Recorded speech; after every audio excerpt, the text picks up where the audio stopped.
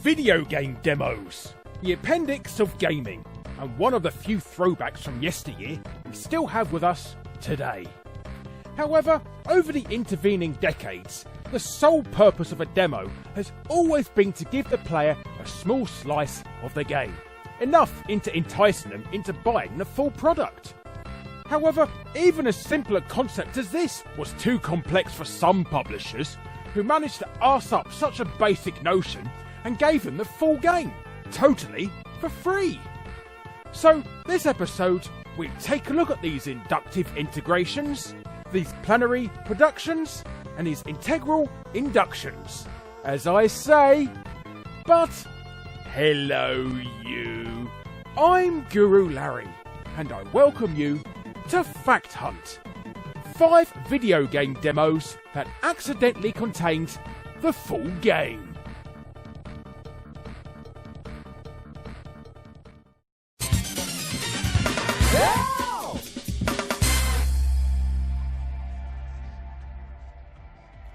As always, we'll start the episode with the most recent and well-known demo that accidentally contained the full game.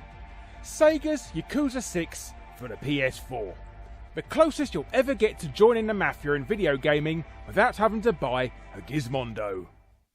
Now, upon its release in 2018, gamers were already suspicious that the demo may contain the full game, mainly thanks to the hefty file size the download commanded. But being a modern game, it was obviously impossible to access. Or so it would appear. Nope, the silliest part of this error was you didn't need to pull off a glitch or cheat to play the rest of the game. Sega did such a lousy job at locking out progression after the first chapter that simply playing the game normally accessed you the full product.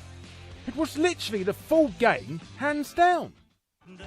Needless to say, Sega were rather embarrassed they had accidentally just given everyone a free copy of their new game, so promptly pulled the title from the PSN store, issuing an update patch for anyone who had downloaded it already to properly lock away the rest of the game once and for all. Well, to anyone foolish enough to accept the update patch anyway.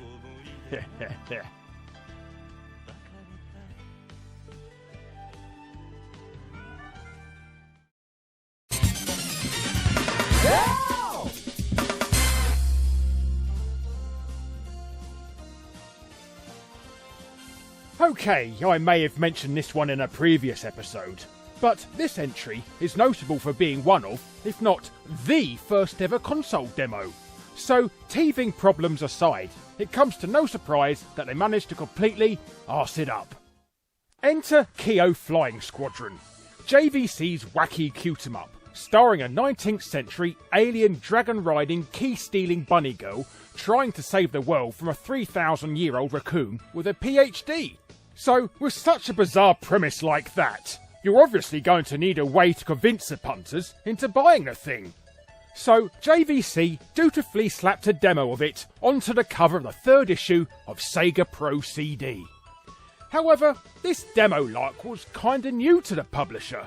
Rather than going to the length and expense of reprogramming an all-new version of the game, they just stuck the full version on the disc, then added a little extra code to reset the game after the first level. The rest of the game forever locked out, with no one ever aware it was even there. Well, it would have been that way if someone at JVC also remembered to disable the level select sheet in the game. And by simply entering the code right, left, down, up, right on the menu screen, a number will suddenly appear at the top. Choose to start the game from level 2, and hey presto, you've unlocked the entire game, and all for the price of a magazine. Did Sega Pro CD know of this foobar? Well, they never printed a cheat code in their magazine, so let's leave it at that. However, claiming the disc was the biggest ever playable Mega CD demo on the cover probably didn't exactly help their situation. So, with the full version skyrocketing in price today, often going for over £200 on eBay, looking for the demo version of the game is a more cost-effective way to legally play the game. which itself has also shot up in price, quite possibly due to my last video. So, yeah, sorry about that.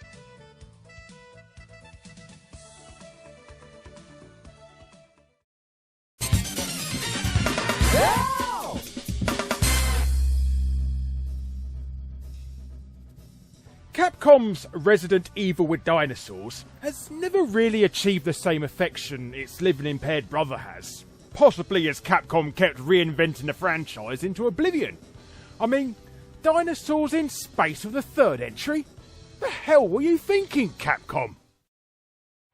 However, when it came to the second entry, Capcom attempted to veer away from its Resident Evil-esque origins by making a more arcadey, action-based game with Dino Crisis 2. So, to show the gaming world they had reinvented the title, offered a 45-minute playable demo of the entire game. Now, in all fairness, Capcom were fully aware the full game was on the disc already. It was the main selling point even, so consider it more a time trial of the game rather than a demo. In fact, so much of the game was there, you could even save your progression to carry on when you had bought the full version. However, what the Big C weren't banking on was the existence of those pesky Game Shark cheat devices. While they normally used to give the player infinite health or money, etc., some unscrupulous fellow managed to work out the code to disable the countdown clock in the demo, effectively turning it into the full game. The coolest thing about this cheat, however, is that the Dino Crisis 2 demo disc is actually based on an earlier build of the game, so hardcore fans can get a kick out of this playing a considerably different version of what was finally released. Needless to say, Capcom weren't too impressed when they learned of this discovery, and thanks to being so large a publisher, most magazines decided not to publish the code in fear of being blacklisted. However, Capcom learned their lesson and have never released a time trial since. But dinosaurs in space. Still can't get that out of my head.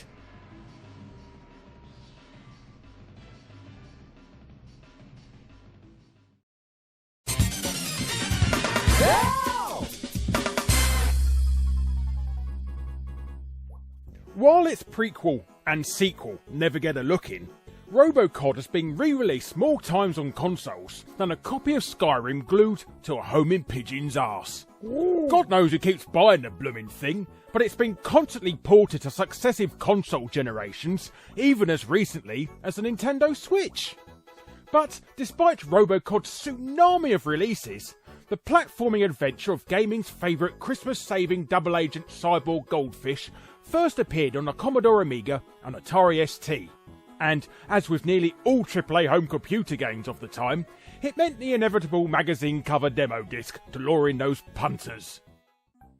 Unfortunately, the publisher Millennium were more generous with their teaser benevolence than they had anticipated, literally, and either out of incompetence or laziness, put the entire game on the disc, which, as with Kyo Flying Squadron previously, is easily unlocked thanks to them forgetting to remove the blooming cheat code again.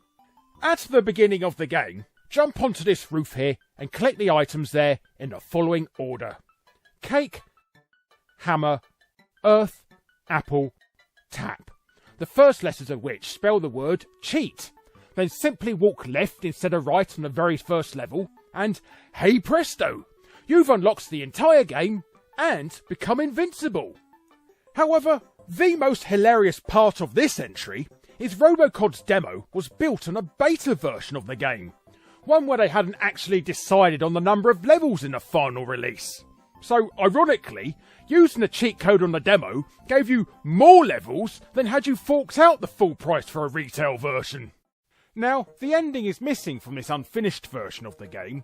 However, considering it's only 10 seconds long, you're not exactly missing much anyway. But whoever said cheats never prosper?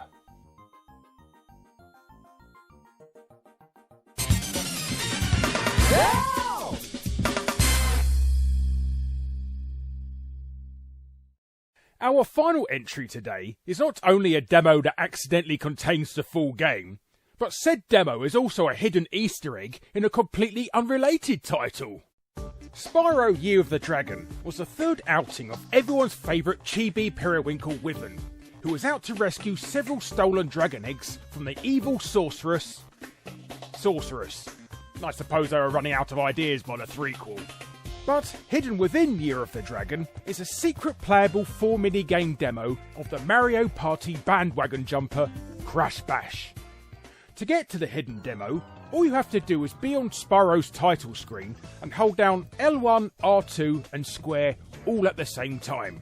The screen will then go blank and start to load up the demo. So, all fine and dandy so far. This cheat was printed in a few magazines at the time, so perfectly legitimate. However, the demo itself contained a debug menu that essentially gave you the full game. To access this, simply go to the main menu of Crash Bash and enter the rather convoluted left right, left right right, left right right right, left right right right right, left right right right right right. Then simply start the game normally and press pause. If you look at the bottom of the list, there's an extra menu that allows you to not only access every level in the full game, but also completely break it. Like change all the game's rules, give you invincibility, make the opponents unable to move, and mess around with the game's internal settings in general. Pretty cool. Now hang on, why on earth would someone put a completely game-breaking debug menu in a simple demo? Well, that's the thing. It was never a demo to begin with. What was actually contained on Spyro 3's disc was a beta development copy of Crash Bash. Developers would often add a debug menu to not only help them quickly root out specific bugs in the game, but when sent out to magazines to review, save the poor journalists from having to get good at the game to see everything it had to offer. Okay, that explains what it is. What's it doing on a copy of Spyro 3 then, I hear you ask?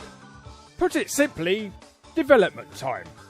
Spyro 3 was released in October 2000, and Crash Bash wouldn't be released until a month after that.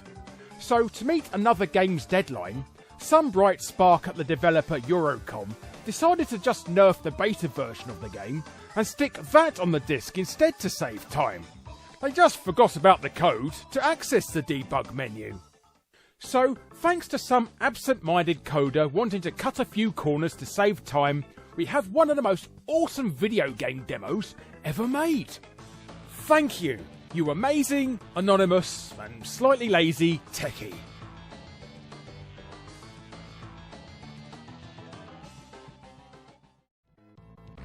Hello you, thanks ever so much for watching.